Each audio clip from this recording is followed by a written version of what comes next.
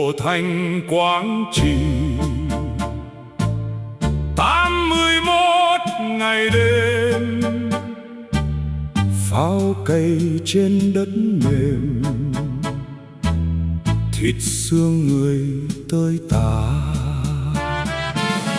Anh đâu là người lạ, cùng da vàng đó thôi.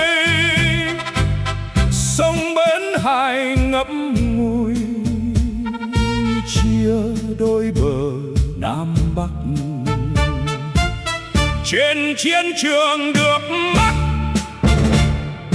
chỉ một tầm đạn bay, tiếng bánh xích rơi cay lên từng phân vuông đất. Cổ Thành hay là cổ mộ, máu ai nhuộm đất quê nhà.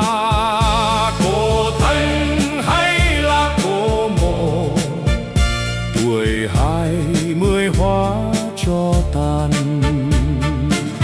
Như oan hồn lẩn khuất, đoàn quân tiến vào đêm. Những hòng pháo gầm lên, từng thân người đổ gục. Cổ Thành hay là địa ngục, máu ai nhuộm đất quê nhà. Cổ Thành hay là địa ngục, tuổi 20 hóa cho tàn. Tôi nhìn anh day dứt,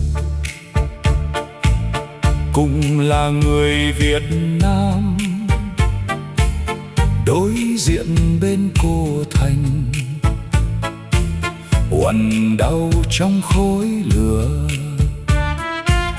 Anh không còn về nữa, mẹ anh hằn buồn đau. Tôi cũng có mẹ già, quê nghèo xa lắm. Trăm ngàn viên đạn bắn đều găm vào trái tim của người mẹ hai miền.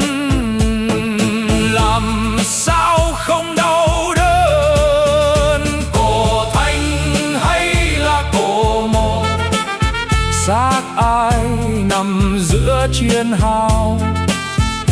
Cổ Thành hay là cổ mộ, bên trời tang tóc sầu.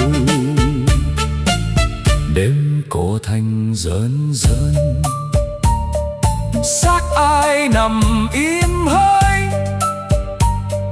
làn khói thở lên trời.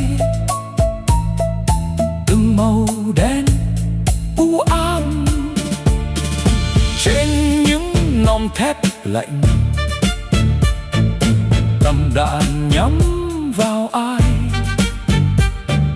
Trong lửa khói đọa đầy, đầu xanh 20 tuổi.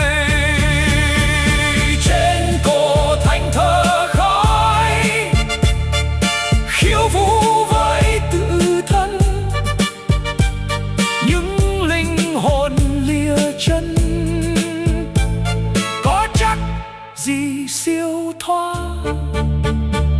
Cổ Thành hay là cổ mộ, một trời tang tóc sâu.